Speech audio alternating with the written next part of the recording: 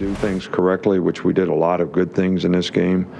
Good things happen for us, but there's also some occasions where, we don't execute correctly, and the other team, takes advantage of those opportunities. 2 plays on defense, 115 yards, and misalignment, mental error, whatever you want to call it. And same thing on offense, whether it's ball security issues or not taking advantage in the red zone or some of the third down issues, that we had at times in the game. So all these things are, things that I think our players need to understand the importance of execution, the importance of creating, the right kind of habits every day in practice so that you can continue to improve. And, that's certainly going to be our focus this week. We're very pleased that, Smitty's the Offensive Player of the Week, certainly deserves it, had a fantastic game and has done a great job for us all year long.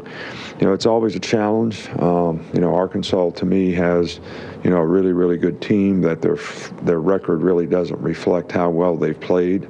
They lost 3 games this year by a total of 7 points, or they'd be 6-3 instead of 3-6.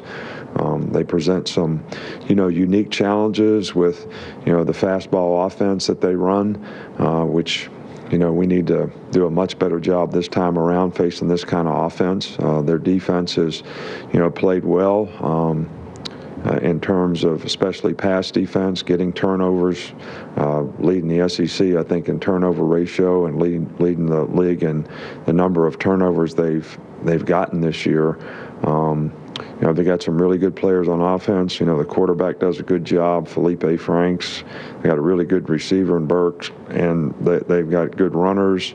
And they do a great job of executing their scheme. They know what they need to do on offense, and their defense has played, really well in terms of, it's not really a bend don't break style, but they play the run fairly well, and they've played really good pass defense. And I think it's going to be, a real challenge for us to be able to execute, take care of, and do things that we need to be able to control the tempo of the game on offense, because I think that's really important when you play teams like this. But these 2 teams will be heading there this year. Common SEC championship foes, Alabama and Florida, meet yet again. In their 9 previous meetings, the winner has gone on to win the national championship 5 of those times. Could we see it happen again this year? We will see over the next few weeks. One name, though, you'll probably hear a lot in the SEC championship game. You've already heard it a lot this season. Alabama's Devontae Smith. The wide receiver caught 8 receptions for 231 yards and 3 touchdowns on Saturday against LSU, a performance that's now earning him some Heisman buzz. He is, of course, Offensive Player of the Week here in the SEC. How about the only thing cooler, though, than a one-handed catch? That's kicking the game-winning field goal. Probably. Missouri's freshman kicker Harrison Mevis nailed a 34-yard field goal to lift the Tigers over the Hogs with just seconds left on the clock. He made all 5 of his field goals on the day, the most by an FBS kicker this season. That, of course, earning him Special Teams Player of the Week in the Southeastern Conference. Here's the remaining SEC Players of the Week. Gators linebacker Ventrell Miller nabbing Defensive Player for his 12 tackles and sack versus the Vols. Missouri quarterback Connor Bazelak, Freshman of the Week, leading the drive to set up that walk-off field goal. Alabama knows it's off to Atlanta on the 19th to play for another SEC championship. But first, it's off to Fayetteville to finish up its regular season. Bama's never lost on the field to Arkansas since Nick Saban arrived, but Saban making sure his team knows that this Razorback team is different than the ones of the recent past. As we go inside the SEC, presented by Auto Owners Insurance. Arkansas to me has, a really, really good team that their record really doesn't reflect how well they've played. They lost 3 games this year by a total of 7 points, or they'd be 6-3 instead of 3-6. They present some, unique challenges with, the fastball offense that they run, which, we need to do a much better job this time around facing this kind of offense. I think it's going to be, a real challenge for us to be able to execute, take care of, and do things that we need to be able to control the tempo of the game on offense, because I think that's really important when you play teams like this. Well, they're pretty much number one when everybody plays them. You know, they've got a great football team. This year, their offense is just incredible. Their offense is probably as good as there is in the country. Probably as good as there's been in a while in the country. They're outstanding. Bama overlooks somebody? You're out of your mind. They've won 97 straight against opponents not ranked in the AP poll. It's the longest streak in the poll's history. That poll started in 1936. The Tide has won those 97 games by an average of more than 32 points a game. Under Nick Saban, against AP unranked teams, Bama's 101-3. Stinch. Where could Arkansas present some element of a problem against Alabama? Well, depending on who is anyway, what they've demonstrated is big play capability, not just in the passing game, but in the run game as well. Traylon Smith has re-emerged as a pretty fantastic ball carrier for them. Had a big game the other night versus Missouri, albeit without Nick Bolton in their defensive lineup for the Tigers, but went for 172 yards. Mike Woods is emerging at the receiver position, and Traylon Burks is one of the best offensive football players in the entire conference, not just on Arkansas's roster. So the big play, the big hitter, and the fact that this offense believes in itself, and you heard Coach Saban talk about it, they're a fastball offense. If they can get going early and then get through those gateway downs to where they can hop in their tempo offense and hit a couple of shots, they've shown a capability of doing that. That's what it's going to take, on top of turnovers and an unbelievable defensive performance. But offensively, they've shown a demonstration, the ability to get the ball downfield quickly and score fast. Yeah, and in the moment Arkansas starts to score fast, Alabama's going to turn around and Nick's going to jump on the offensive coordinator. They're going to turn around and hand the ball to Najee Harris. Slow this game down tremendously. And that is exactly what Nick's going to do. He's going to take the air out of the ball. He's going to know exactly how to win. And that is what you always give him so many credits for. Dari talked about 97 consecutive wins versus unranked teams. And that comes because they respect every single opponent that they face. They understand that no matter who they're playing, that they're going to get that team's best because they are the University of Alabama. They are the standard in which that everybody measures themselves up against.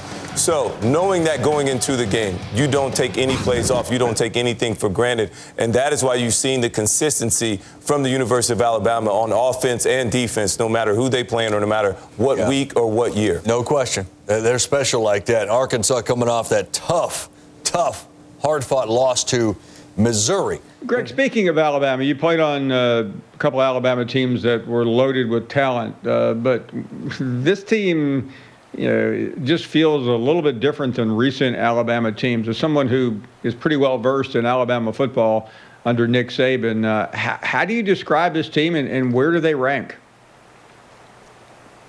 It's always so hard to rank, one against the other, because I think you're not really a complete grade. It's tough to assess until the work is done. So assuming they win the SEC championship, let's start. Nick Saban will yell at me. He's probably texting me right now. Let's assume they beat Arkansas this week, and then let's assume they beat Florida in the SEC championship game. I think they will beat Arkansas, and I think they'll beat them relatively convincingly. I think Florida will be a very challenging game, but I like their chances. I would like their chances against whoever ends up in the 4th spot, and then, frankly, I think they'll be a decent favorite over whoever it is they're playing potentially in the national championship game. Of course, long way to go until that point, but let's assume they get to that elusive, undefeated part of the season. Then I think you could make a very clear argument that this is the most complete Alabama team we've seen in the Nick Saban era.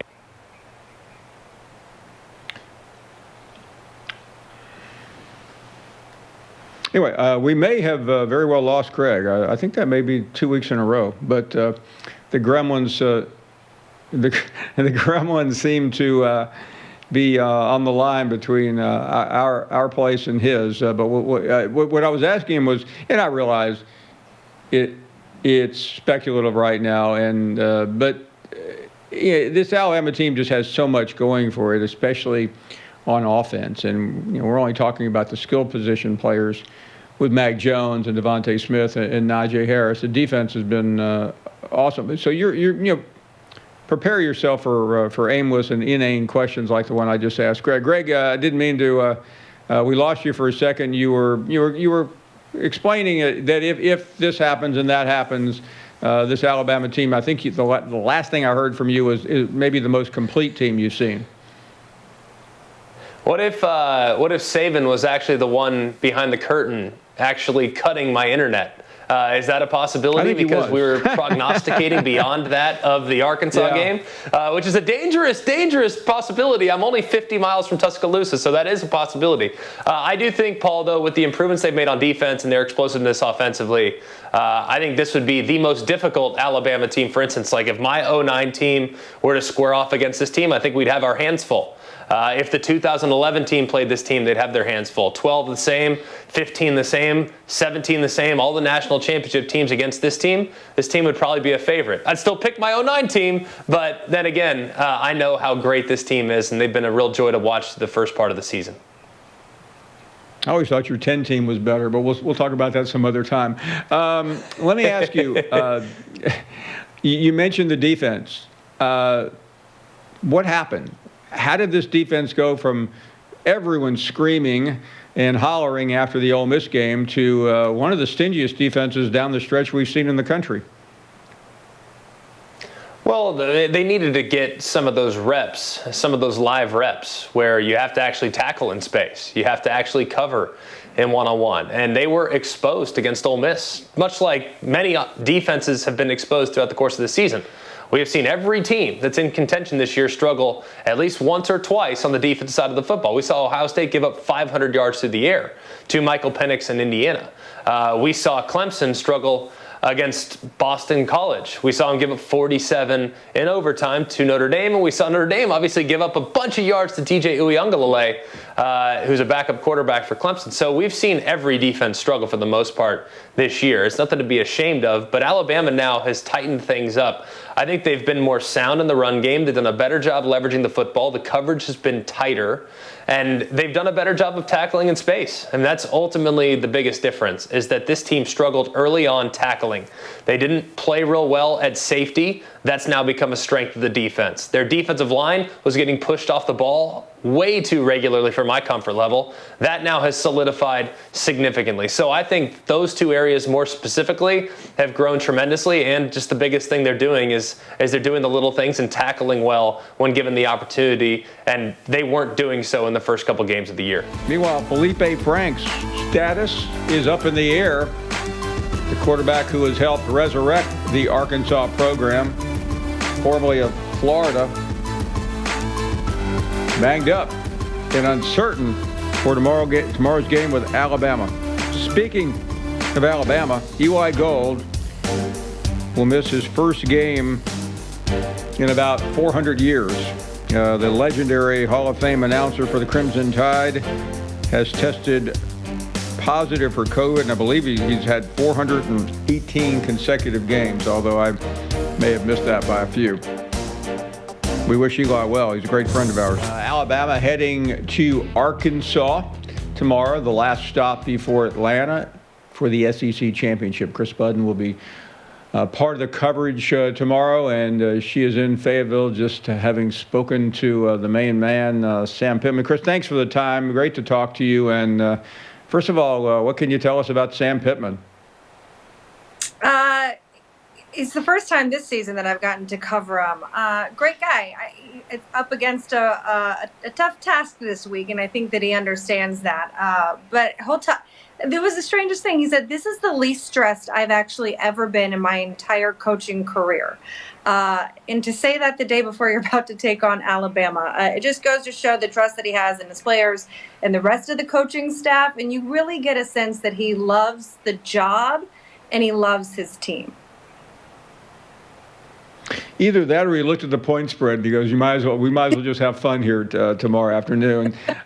Chris, I am curious because, I mean, he's had a great year, even though the record wouldn't indicate that. But Arkansas fans are extremely excited. I know there was a tough loss the other day, but and I realize these are not normal times where you just kind of walk through towns and go into bars and diners and get the lay of the land. But based on what we hear, fans really love this guy, and they can't wait for more. Yeah, I think that, and I think it will show on the recruiting trail as well when we see signing day. The way that he described it to us was Arkansas kids are no longer embarrassed to want to go to Arkansas, whereas before you would put the hat, and if you picked up the Arkansas hat, like you didn't know what your friends were going to think. They've gotten the program now to a place where the local kids are proud to put on that Arkansas hat. The other side's pretty easy to talk about. I mean, Nick Saban and Alabama are leading the hit parade so far. Just in getting ready to cover an Alabama game, I'm curious, how do you go about that? Because everything is so well known. Yeah. It's funny, like when we went into this game, I thought the biggest factor for me was I want to know who Mac Jones is. I felt like all of Saban's quarterbacks, like we knew everything about Tua, we knew his family, we knew about Jalen. To me, I wanted to get to know who is Mac Jones, who's the guy, like what's his personality like? And we got to spend 30 minutes with him this week. And I really felt like we got a glimpse into his personality. He's competitive. Some of the guys on the defense told me he's the biggest trash talker on the team. So that was kind of the sense going in. You want to have some material in case there's not a whole lot of X's and O's to talk about in a second half. And then obviously we have a lot to look forward to in terms of the playoff picture. But I'm sure as we talk to Nick Saban here in about an hour, he'll say, one game at a time, and we're not looking forward to Atlanta. Chris, we're finally we're near the end of the regular season. One more week, and it seems like a long slog for everyone. But I'm curious for you, traveling, dealing with the difficulties of COVID and all the protocols. How has it gone, and what's it been like? Yeah, I think at the beginning, everything felt so different. The interviews, the standing 6 feet, wearing a mask, not having access to things that we're used to. And now that we're in week 14, it really has, the end of it seemed to go pretty quickly. For me personally, I've had a lot of close games, so that the season has been almost a little bit easier in terms of not having to spend 4 days on the road. I can get to places easier. The more I talk to coaches, though, the more the end of the season. Gary Patterson told me last week that this year has felt like 2 years. Sam Pittman just told us that not just the season of COVID, but the 10-game SEC schedule for his team, the bodies that he has completely taken a toll the last. So in general, I think as a reporter, you just kind of go in, day out. We're kind of used to the changes of the season. I'm curious because the season started Labor Day weekend and maybe even a little earlier, but the SEC started on the 26th. Others started earlier. Others have, it seemed like the Big Ten and the Pac-12 just got started. But everyone missed the spring, but then they came back early in June. Is that part of it, or do you think it's just the exhaustion of testing, the tension of whether we're playing or not? I'm really interested in because I'm hearing this from everyone. I'm just curious how we got to this point. I think it's the exhaustion of the having to be so strict every single day and not let your guard down, not being able to go home for Thanksgiving, having to test 3 times a week, having to make sure you're not within 6 feet and in these outdoor meeting rooms. The Pac-12, having to do ice baths outside in Berkeley in 20-degree weather because you can't go inside to do your treatment. All those things stacked upon. And then when people think about cancellations, that team didn't have to play this week, they probably got to rest your body. But if you got your game canceled on a Friday, you still went through the whole week. That wasn't a bye week. So the wear and tear of the bodies has been just the same, but you didn't have a November SEC schedule like they have every year where I can play a non-conference opponent and give my guys kind of a rest. It's just been a onslaught week after week of making sure I don't let my guard down, because if I do, it's going to affect the rest of the team and then another team who we're supposed to play this week. All right, let's go to the Heisman here, because we look at Florida. You got Kyle Trask. Then you look at Alabama. We're going to dive into them a little bit. They got contenders all over the place, and Bama fans might be concerned that they're going to take votes from one another, and maybe they will. But, you look at this. Trask leads the bowl subdivision in touchdown passes. Mac Jones has the highest total QBR. Devontae Smith has the 15 Remember when touchdowns. we used to talk about him breaking the all-time touchdown record?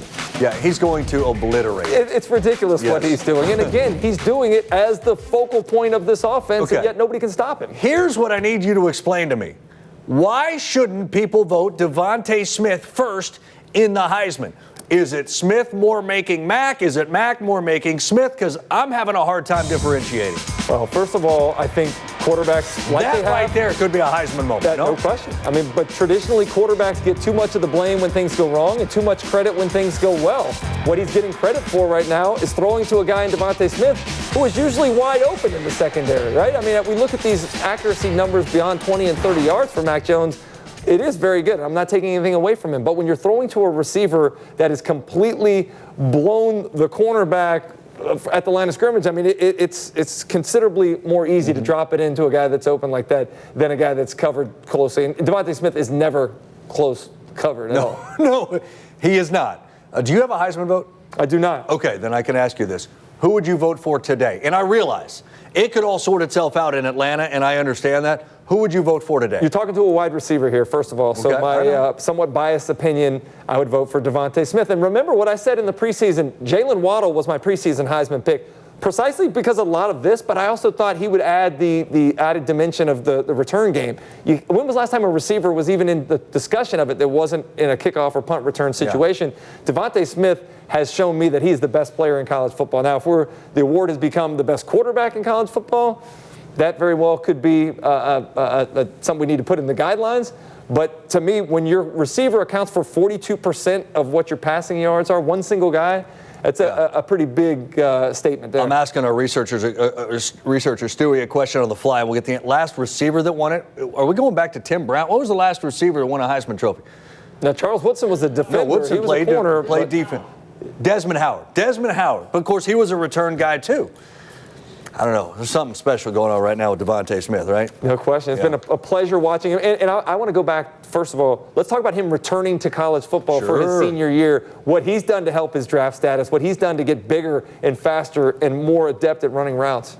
Want your top 3 Coach of the Year candidates in the SEC, starting at number 3. Who would be number 3? It would be Dan Mullen. And I think the reason Dan Mullen is in that position probably could be higher, too. But Dan Mullen, the talk all offseason was getting over the Georgia hurdle, right?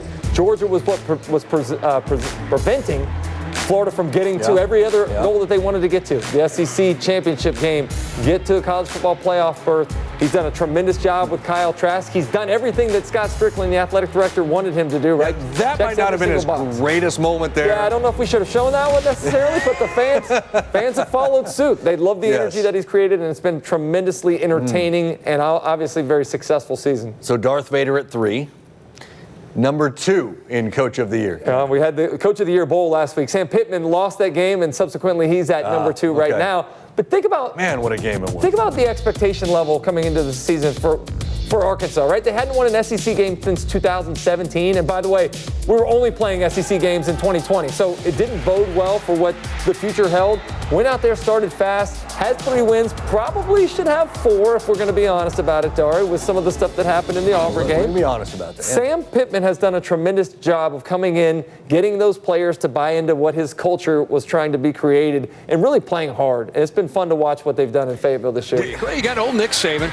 Nick Saban, and his number 6 is a decent ball player, Devontae Smith. You want to keep an eye on him every week, but especially today. It's the unique ways that Sark is finding ways to move him around and get him the ball. Felipe Franks, will he be back? Chance to see him. I thought KJ Jefferson last week stepped up very well and made some plays. Alabama gets that early sleepy kick. Now, you know, this time of year, you like to find teams, if you're highly ranked, that have quit. That is not the case with Arkansas. Hogs have been playing hard. Yeah. Sam Pittman's done a tremendous job in his first season. Coming up at noon, as soon as College game day is over, Kirk mentioned this earlier, Felipe Franks, will he be able to go?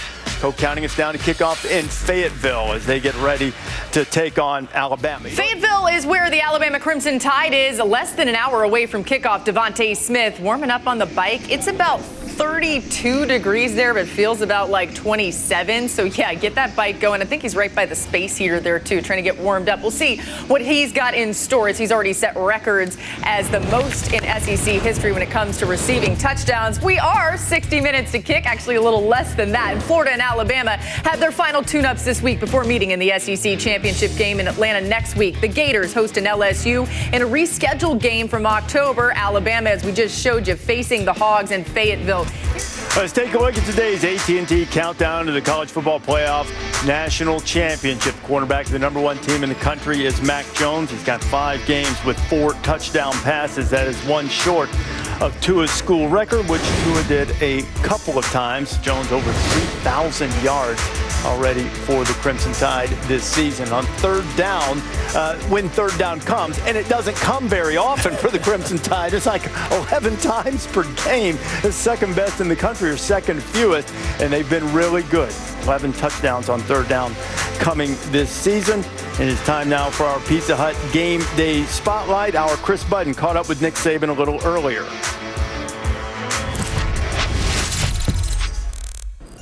What are the challenges in preparing your team for a week like this, where you have Atlanta next week and today's outcome doesn't change the standings for that?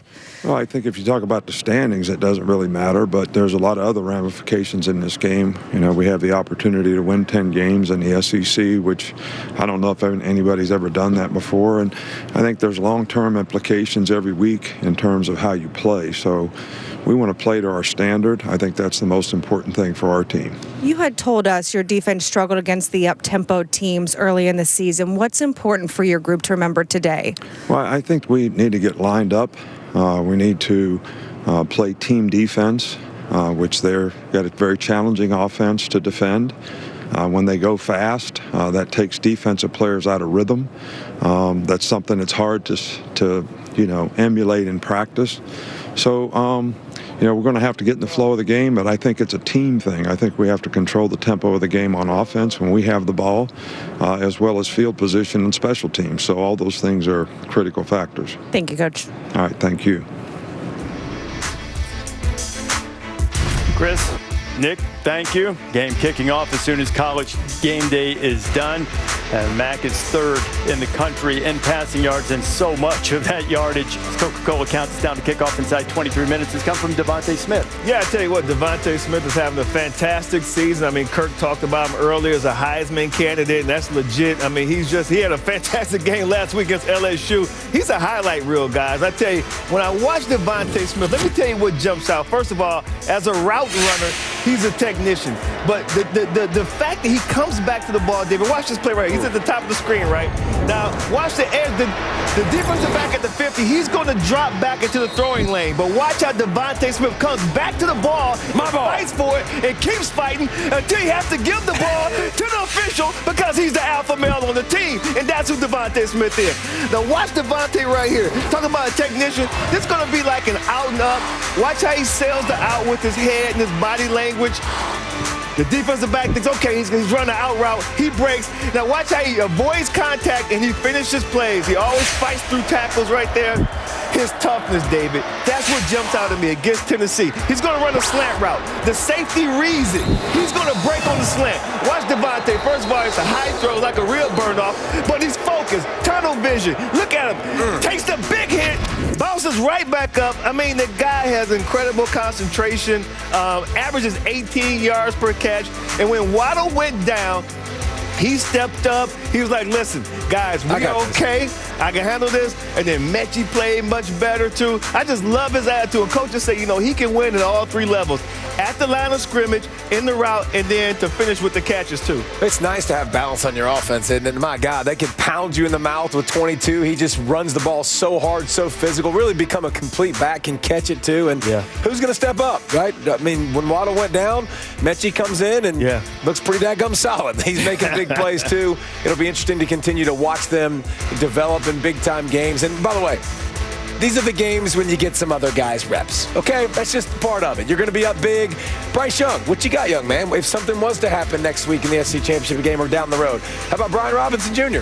when Najee's not carrying the ball? Maybe you're going to get a few more reps because he runs hard too. Yeah, if he gets a chance, he goes hard. These games you tend to see some of these guys, Reese, a little bit more. No, Jace McClellan, freshman running back, they're trying to get some more touches for. Christian Harris is a Butkus Award semifinalist. He's probably been their most consistent linebacker playing. Dylan Moses, Nick has said, as he's gotten more comfortable, has played better and better coming off that injury. Coming off a big knee injury, obviously it takes time, and Battle's been rushing the passer.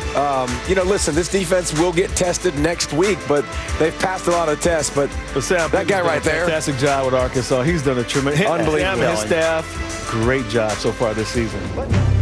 Let's take a look at the smoothest play brought to you by Velveeta.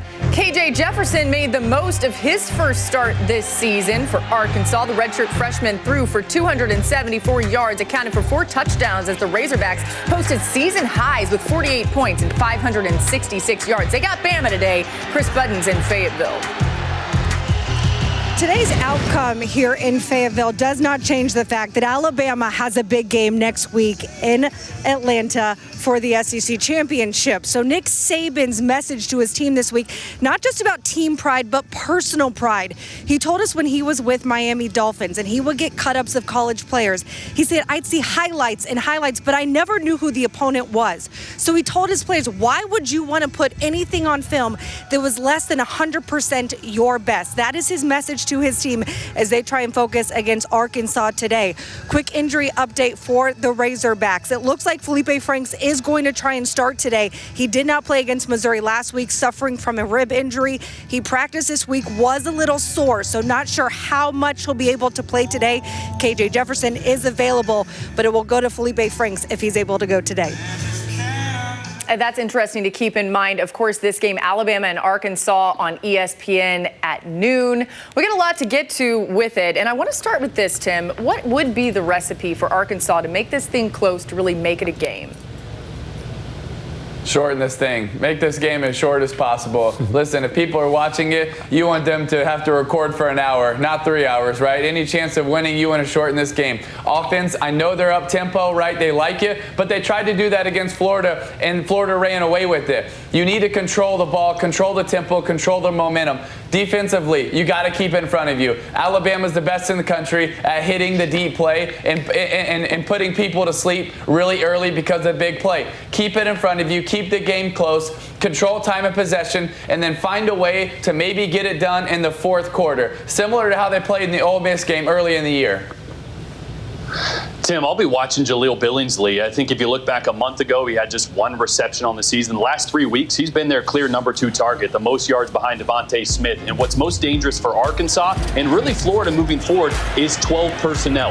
In 12 personnel, Alabama, the first 6 games of the season, averaged 5 yards a rush and 10 yards a pass reception. Now, with Billingsley in the lineup the last 3 weeks, they're averaging the same amount of run and over 23 yards a reception. So now their 12 personnel is not just a running set. It is an explosive downfield passing attack because they have an extra tight end that's now kind of a hybrid wide receiver. And what that does to teams like Arkansas and teams like Florida that struggle against the run, you have to decide, they're in 12 personnel. I got to add an extra linebacker. I got to get out of nickel. I got to get out of dime. But now Alabama can be as effective running the football in 12 as they can be taking deep shots with Billingsley now involved. So extremely dangerous game for Arkansas because of this personnel group that I think we're going to see a lot about out of Alabama, and moving forward, a big personnel group for a Florida matchup in the championship.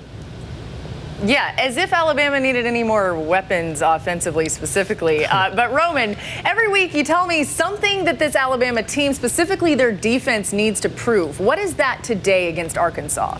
Well, Arkansas, for me, it's going to be handling the tempo. I know Tim is saying that they need to slow this game down, but that's not what Arkansas does. They continue to put stress on defenses with all the shifts and motions, so it stretches you vertically and horizontally. I'm looking forward to how they handle the tempo. If they go up-tempo at all, the first thing you do as a defense is start to panic. It makes you a little bit uncomfortable when you're not being able to get the signals in the side and the plays from the sideline. Alabama has a tendency to go a lot more vanilla in these situations. They cannot allow that to happen because going forward, Florida and Kyle Trask can come out first series and say, we're going no huddle, and then really put stress on you. So how do you prepare going forward? In every situation, you take advantage of this. And this is going to be one of those today. Everybody being on the same page, communicating, and making sure that we all understand what the call is and how we execute it, no matter the tempo or the pace. Guys, something to point out, too. Eli Gold, the great radio announcer for Alabama, has tested positive for coronavirus. Well, missed his first game, 409 consecutive games that he has called for Alabama radio and will not be there today. So certainly our thoughts with Eli and his family. And we can't wait to have you back in the fold, Eli. Always love hearing his calls. Mac Jones warming up for Alabama. You see him there on your screen about a half hour away from kickoff in Fayetteville. And we're now just 1 week away from the big matchup of Mac Jones and Kyle Trask in the SEC Championship. Maybe the Heisman, too. You just heard the SEC commissioner mention it. If Trask takes home the Heisman on January 5th, he'd be the fourth Florida quarterback to win the award. But if it's Jones, he'd be the third Alabama player to win, but the first quarterback. Ryan McGee explains. Alabama has done everything there is to be done in college football. Natties and SEC titles, Hall of Fame players and coaches, wishbones and spreads. The Tide has run it all and done it all, except have a quarterback win the Heisman Trophy. It's pretty amazing to think that none of Bama's claimed 13 national titles in the Heisman era were led by a Heisman-winning quarterback. Not the Snake, not Namath, not Harry Gilmer, nor Jay Barker. When I played, it was 3 yards, a cloud of dust. Our goal was to kick on offense. We want to kick an extra point, kick a field goal, or punt. Not even A.J. McCarron, Jalen Hurts, or Tua brought the stiff-arm man back to Tuscaloosa. A.J. and Tua came the closest, finishing second in 2013 and 2018. So, you see, it's not like there's been a shortage of great Bama QBs leading great Bama teams, and in recent years, posting great Bama stats. But in 2020, the Tide has all of those greats happening at once. A great and healthy quarterback on a great team who's putting up numbers that rank among the greatest in the history of the sport. It would just be ironic that one of the least heralded big-time quarterbacks Saban has ever had in terms of recruiting numbers could be his best shot. Paul is, of course, speaking of Mac Jones. We are all speaking of Mac Jones. It's just, if we're being honest, none of us expected to be speaking of Mac Jones, the Heisman favorite. Sorry, Mac Jones. It's worth remembering Mac Jones' baptism under fire last year at Auburn nearly ruined him. He was somewhat the GOAT, but it never fazed him. He came back this year, and by the time we got to the first game in late September, there wasn't even a debate about who the quarterback was going to be. Touchdown, Alabama! That's the man right there. I don't know if anybody has put up the numbers or played as consistent as Mac Jones has in any Alabama offense all time as he's done this year. Very proud of him, and I'm proud that he stuck around. Mac Jones perfect so far. This season or this game? What impresses you most about Mac Jones? His ability to throw the deep ball. I mean, just throwing the ball so beautifully down the field. And that's a difficult throw for a lot of college players to make. Appreciate you. As for all of those former Bama QBs who were always forced to hand it off way more than they threw it, including the ones who watched Nick Saban running backs win Heismans, they will be happy for Jones if he wins the big trophy from New York. But for some of those QBs, like Jay Barker and Greg McElroy, they've achieved something Jones is looking for, leading an Alabama team to a national championship. Thanks for that, Ryan McGee. Time for a little buy or sell as we get toward the end of this season. Let's begin with Mac Jones for Heisman. Buying or selling? Jordan, I think you're first. Roman first, sorry. I am buying, Laura. You just heard Greg Sankey mention that this is the Heisman Bowl between Kyle Trask and Mac Jones. So that right there lets me know I'm buying into the right stock. The only reason I'm a little bit hesitant is because of his own teammates. Najee Harris and Devontae Smith are definitely climbing the list and may possibly take some votes away. We're back on SEC Nation, 13 minutes to kick off on ESPN of Alabama taking on Arkansas. Najee Harris has his name in the Heisman conversation, but a couple quarterbacks might be getting a little more attention. Our quarterback's talking Heisman right now. Okay, some other news around the SEC. Ray Perkins, who succeeded Bear Bryant as Alabama's head coach, died Wednesday at the age of 79. All right, here's a look at our game picks presented by Regions. And we're going to get through these a little quicker today. Everybody picked Alabama. That game coming up at noon. An all-time college football record. The previous record was 72 from Miami back from 1984 through 2000. So Arkansas won the toss. They have elected to receive, and they're going to try and play with some tempo as best they can as they'll start at the 25-yard line off of a fair catch. And he will start with a slant, and he will start with a completion as Mike Woods has a first down. And it'll probably go a long way towards deciding that trophy. Here's Najee Harris on first down. And he is brought down by Isaiah Nichols right at the line of scrimmage, fell forward for one. It's in his vision this year as a runner. That time he's met. And Nick Saban will have a fourth down decision to make. It'll be fourth down and 2. Bob Wischusen alongside Dan Orlovsky. Chris Budden is with us as well. Well, Sam Pittman told us this week, Dan, you hate to say you're going to be chest bumping every time you hold this offense to 3, but that was an early win.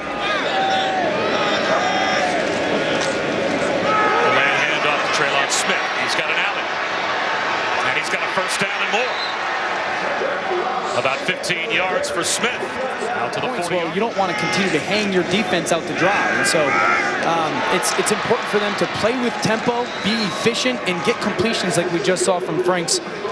And then, according to Nick Saban, came in and knew how to make the checks. Franks extending the play again, and he's able to flip one to Smith. All the way down to the 20-yard line. The ball pops out, but I think they will rule him down at the 20-yard line. So that's the right decision, and now they got the chance to even the game. It's Matthew Phillips. His first attempt of the season goes through in place of A.J. Reed. Best wide receiver I've ever seen, and those are big words. A throwback to Najee Harris for a couple of yards. His tight end in, there was a corner out there. He knows it's a zone coverage. A slip and a fall again. Having a tough time with the turf. As once again Harris loses his footing. Trying to figure out where that space is to attack it. Only a 3-man rush. Long looping throw to the sideline, up over the head of Brian Robinson, and it's a turnover on downs. 2008, so it was an excellent performance. They'll hand one off here, and Smith will barrel forward for about, that gives them a 7-point lead on the road at Arkansas, a week away from the SEC title game and a clash with the Gators. 21 touchdowns rushing, second most in a single season in Alabama history. But they're looking a lot more like number 1 now. Single day, and it probably goes to those daily habits that Chris pointed out earlier in the game. Swing pass to Mechie. Let's check in with Matt Barry.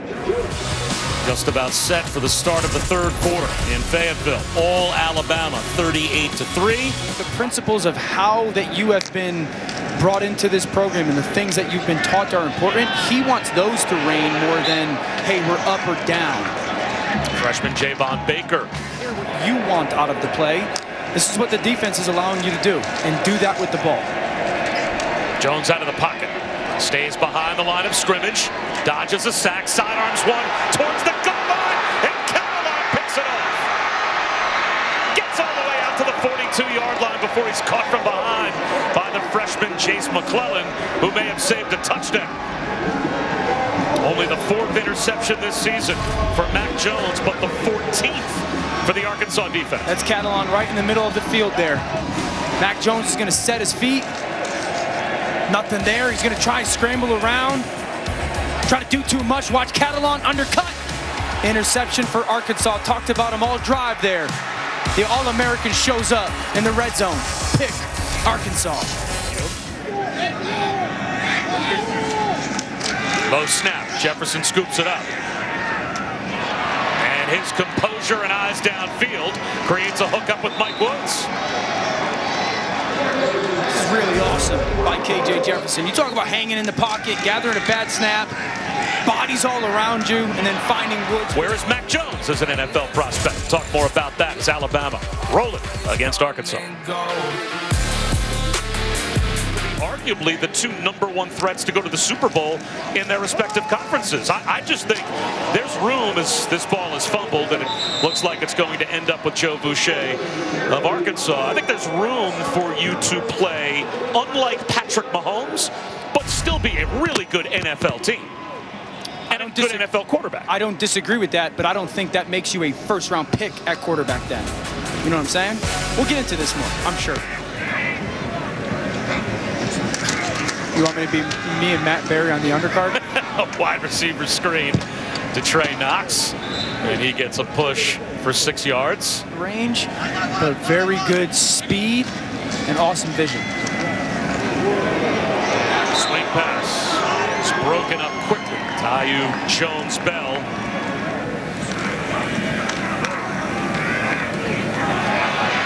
He may not be happy with this run by TJ Hammonds, but it should be the final play of the game as Brian Branch, who got that pick down at the goal line, comes up and makes the tackle. The 5th undefeated regular season since 2008 under Nick Saban. That is #1 in college football during that span, and he will take an undefeated Alabama team into the SEC championship game against Florida next week. And that is all right now that is in between Alabama and a trip to the top spot of the college football playoff. One team we expect that no matter what is going to be in Alabama taking on Arkansas. Eli Gold, the voice of Alabama football, not on the call Saturday, stamping 409 straight. On to punt for the Hogs, and it was almost blocked, but he gets it away as DeVonta Smith will look at this one. He'll make the grab at the 17. He'll cut it back across midfield. Across the midfield stripe, it's a foot race, and I'll always put my money on him. DeVonta Smith to the house. Touchdown, Alabama, and the Tide leads it 9-3. Chris Stewart filling in for the great Eli Gold, who was out after testing positive for COVID-19. Second quarter, again, virtual lock implications for Jesse. Always takes Bama, always lays the points. That's an Najee Harris touchdown. And then here, Felipe Franks sacked by Christopher Allen, lost a 20. And one of the reasons I keep taking Bama is because their defense is playing so much better second half of the season. They had 7 sacks in this game and 4 takeaways. Alabama takes over, great field position. Then it's Harris again, 5-yard touchdown, scored touchdowns on consecutive carries. Yeah, Najee Harris now 42 touchdowns, which ties him with Derrick Henry and Mark Ingram for all-time lead at Alabama. And then at this point, they just start running it, scoring. Brian Robinson Jr., 4-yard touchdown, 3 TDs on the day for Robinson Jr. Then Jace McClellan, 80 yards. You know what's amazing? Alabama scored 52 points in this win. Mac Jones didn't throw a touchdown pass. They didn't need it. Alabama dominant, 52-3, 14 straight wins over Woo Pig. We expect them to be in the college football playoff no matter what. Tied to the first team in SEC history to score 50 points in 5 conference games. Only 3 teams have done it 4 times, and all of them made the national title game, with 2 being crowned champions. The one that didn't win it all, Alabama, 2018. Alabama had to go on the road, faced Arkansas. Nick Saban's team, 97 straight wins against unranked teams. Looking past anybody, highly unlikely. They've beaten Arkansas the last 13 times they had played them. Felipe Franks, Mike Woods, 16 yards. The issue for Bama, linebacker Christian Harris left the game with a shoulder injury. First play of the game till you lose Christian Harris. Hopefully he's okay. Hopefully he can make it back next week in Atlanta. Later in the drive, 3rd and 11, Christian Barmore, one of his 2 sacks on the day, creates a 4th down. 4th and 11 on the punt. Who's back there to return it? Well, not Jalen Waddle, but DeVonta Smith, who in his Alabama career had never taken a return of any kind back to the house. But he did right here. They needed a spark. This offense was struggling early on. It was kind of a little bit of a sleepwalk early. DeVonta Smith always brings that spark. we're just seeing him do it on special teams there. That's a huge play. 3 catches, 22 yards is all he had offensively, but the big play on the punt return. And then Will Anderson also had 2 sacks. This young man is going to be really good. I can't imagine when he actually gets in the weight room and develops a secondary move. How about Najee Harris late in the first quarter? 17 yards, chain moves, first down. A little bit later, 3rd and goal. Harris from a yard out, touchdown. And Bama starts rolling in Northwest Arkansas. Frankston hit by Christopher Allen, strip sack. Alabama recovers inside the 10, 1st and goal. 8 sacks on the day, Bama's most in a game in 5 years. It was defense setting up offense with short field opportunities here. And as you said, they got rolling because of the field position. Alabama average starting field position today was their own 45-yard line. Alabama's offense doesn't need any help. Look at John Mechie. What a catch. Hangs on to the ball. Hey, he got 2 down, too, Roman. Yes, he did. I was playing last week about on Sundays, baby. He got 2 there, baby. 2 plays later, Brian Robinson Jr., who had 54 yards and 3 rushing touchdowns. So Najee had 2, Robinson had 3. Hogs driving, but Traylon Smith coughs it up. Jalen Moody recovers. One of how many turnovers? 4 turnovers today, Dari. Wow. Alabama goes to Fayetteville, gives up just 188 yards to the Hogs, 4 turnovers, 8 sacks, 52-3 in a dominant performance. By the way, Najee Harris, 2 more rushing touchdowns. That's 42 in his career. Ties him with Derrick Henry and Mark Ingram for the program record. I'm really proud of our team for the way they played today.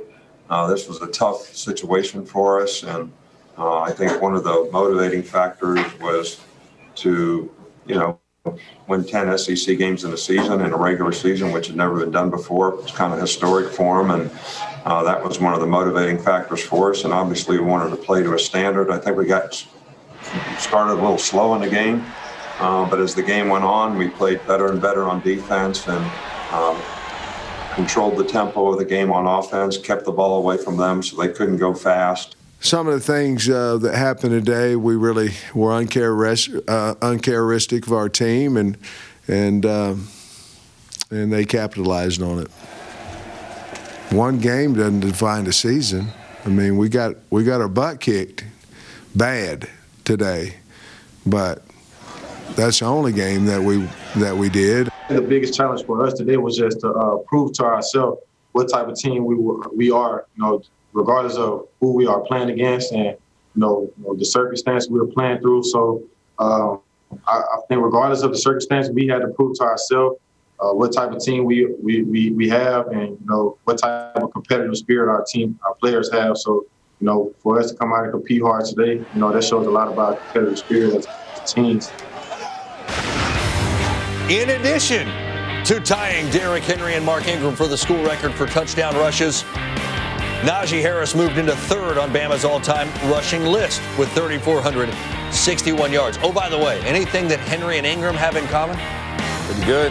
Oh, the Heisman. Thank you. That's what I was looking for, Roman. That trophy goes to guys that are pretty good. Najee's been my guy since day one. Because you give me a couple minutes, I'll beat my chest about Najee Harris winning and deserving the Heisman now. Yes, yeah. And just you wait, by the way, for more on that. Because you, my friend, have taken a close look at Alabama offensively. Well, first of all, you look at the stat line today from Mac Jones, 208 yards, no touchdown passes. You're thinking, wow, this wasn't a very good game. But I would say to the contrary, it was a great game because he took what the defense was giving him. Arkansas has been known to drop back into coverage. They drop 3 deep. They play 5 underneath. Devontae Smith finds the soft spot in the zone. Now Devontae Smith is going to run 2 players off on the post route. Miller Forrestall, the tight end, on the over route. Look at all the room because of the attention that's given to Devontae Smith. Great job of Mac Jones finding the open area and delivering with accuracy. I just love that you're right. Every time that these guys open, they give you whatever it is. Alabama came in with the mindset that we're going to compete against ourselves. It doesn't matter who the opponent is. They continue to have that same type of mentality week in, week out, and they're going to do whatever it takes. If we want to run the ball for 5 touchdowns, we can do that. If we want to let Mac Jones and this wide receiver crew throw the ball for as many yards or touchdowns we need to, they can do that. So I love that this team has continued to develop more and more ways to win. Defensively, they won the game today, and also special teams, Devontae Smith getting the party started early. I said it all along. This is the most complete team in college football because they do it all 3 phases. Yes. And today they dictated that. It was the defense, as I talked about earlier, 3 and out, Punt return for a touchdown, 3 and out, 49-yard drive, 3 and out, 5-yard drive, and all of a sudden the game's over, and it started with the defense. And offensively, right? It's like the Cowboy teams of the 90s. You had the big three with Aikman, Emmett, Irvin. It's kind of the big three here with Mac, Najee, who you love, and Devontae. But how do you describe the importance of Najee in this particular, on this team in this offense? Well, he is the bell cow. He's the first person off the bus that every other team has to worry about. And he's the one that the physical downhill running game starts everything for Alabama's offense. They run the ball.